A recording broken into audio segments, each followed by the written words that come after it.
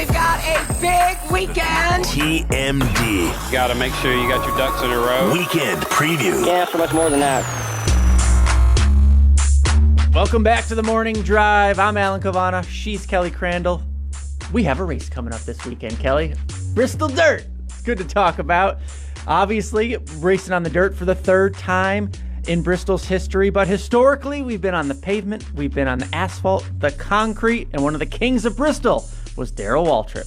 Waltrip is inside of a lap and a half to go. Darrell Waltrip hits the back straightaway once again, headed back up into turn number 3, closing in a bit now on Michael Waltrip. Still, though, about 8 car lengths separate the two. I don't think Darrell's even considering trying to catch that pack of traffic directly ahead. White flag for him as he goes across the start-finish line, takes it back into turns 1 and 2. If he can make it back to the start-finish line, he's going to win the Budweiser 500. Looked for a moment like he slowed coming off turn 2, but again he's back up to speed within sight of the checkered flag now. For his 83rd career victory and his number 12 here at Bristol Raceway, Darrell Waltrip gets the win in the Western Auto Chevrolet. And for General Motors, their 9th win in the last 10 races after Ford jumped out to the victories in the first 9 races of 1992. So Darrell Waltrip wins.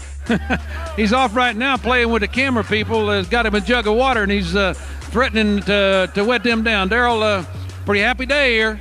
Oh, thank you.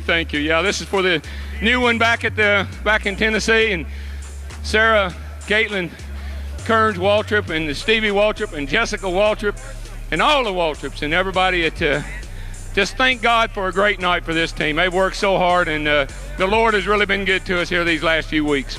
Don't think you got Stevie a little bit scared where every time she has a baby you win a race, huh? I thought about that. That's pretty neat, ain't it?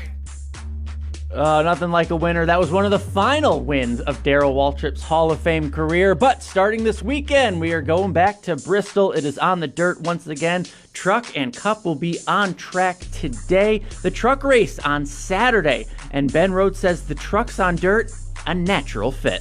These trucks need some banking to hold them and make it competitive on a dirt track, right? We just slide forever. And the banking at Bristol, I think, just leads to good racing because of that. You know, we have a really skinny tire. We're 3,400 pounds. You try to make a slide job, you slide to the wall. It's difficult to do at places like Knoxville or Eldora. And I just think that Bristol's a natural fit for it. So I'm glad to see that we're racing again on the dirt this year. Well, Carson Hocevar is going to go to Bristol this weekend, finally with a win in his back pocket. We know he's fast everywhere, but Carson, what about trying to get faster on dirt? I've just been learning and run as much dirt as possible just so I understand it. I feel like I could drive it from behind the wheel, but if I could just make myself smarter on visualizing and knowing where there might be grip or not, that's just helped me improve a little bit. And the results have kind of shown. We ran second, led the most laps at Bristol, and then led every lap at Knoxville before we blew up. So I really want to get a dirt one just so I can just have that one. He wants it all. Taste of winning after Carson Hocevar. The truck race, so there'll be some Cup drivers in that truck race trying to get a little practice, but the big show on Sunday night, the 3rd edition of the Bristol Dirt Race for Cup. Kyle Larson, the dirt racer extraordinaire, 0 for 2 so far in the Cup Series on dirt, but he's got his own preview for what he expects on Sunday.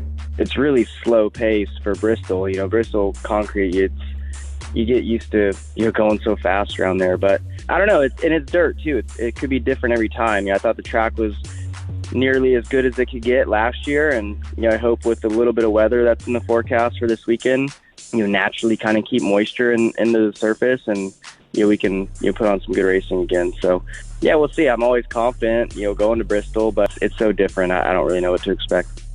Well, Alan, you mentioned those dirt guys, right? We always talk about, can they win? Do they have a leg up on the competition? Christopher Bell shares that, it does give them a little help at Bristol. From the track standpoint and reading the dirt, knowing where the grip is, how the track's going to change over the course of the race, where the grip's going as the dirt's drying out and it's getting run in, all that stuff translates pretty well. Yeah, it's something that you store in the back of your head every time you go to the racetrack, and you hope to be able to apply it whenever you go to races like this. Drivers like Larson and Bell have that dirt background, maybe something an advantage, but how about the drivers that didn't grow up on dirt? Austin Cindric on how he prepares. It's one of those deals where you just got to go out there and start swimming and try not to drown.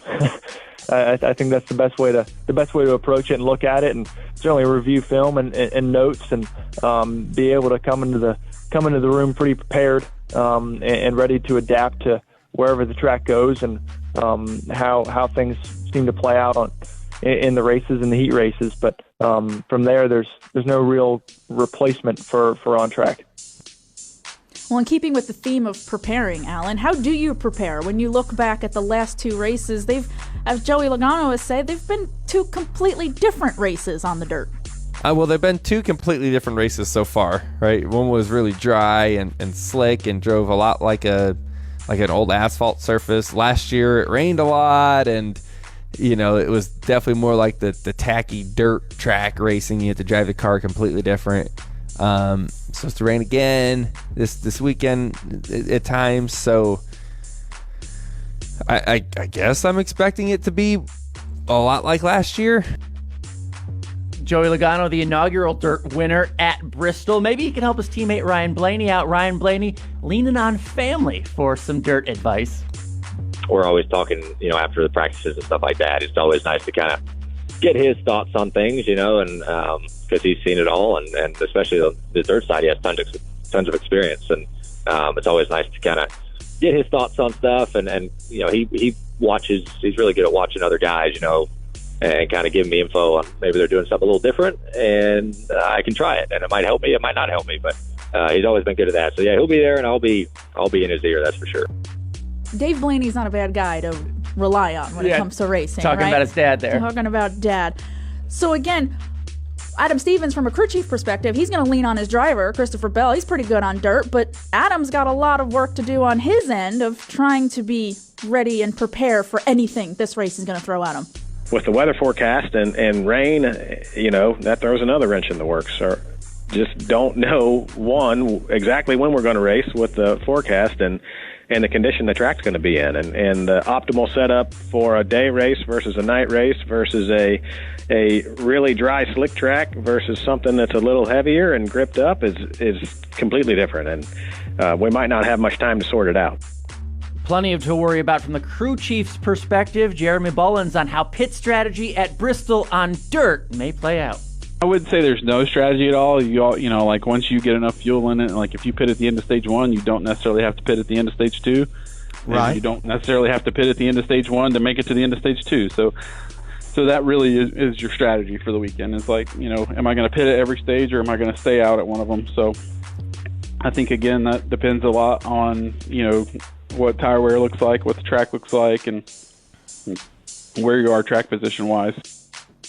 Well, as we said, Bristol this Sunday is going to be the third time on the dirt, so maybe third time will be a charm for some drivers, like Ricky Stenhouse Jr., who just wants to be better this year than he was last year. Yeah, we weren't as good as we wanted to be last year. I felt like we were kind of a 10th place car. We ran around 10th to 12th really the whole race, depending on some restarts here and there. But, we think we got a better game plan and a better package going forward. We ran second, the first race that we did there. So, I feel confident going there that we will be better. We've been better at just about every track we've been to this year. So if we can be a little bit better at Bristol than what we were last year, I'll feel really good about our chances. Ricky Stenhouse Jr. has come close in the Bristol Dirt Race, trying to get that ultimate prize and get the trophy and be the king of Bristol Dirt. That was your Bristol Weekend Preview.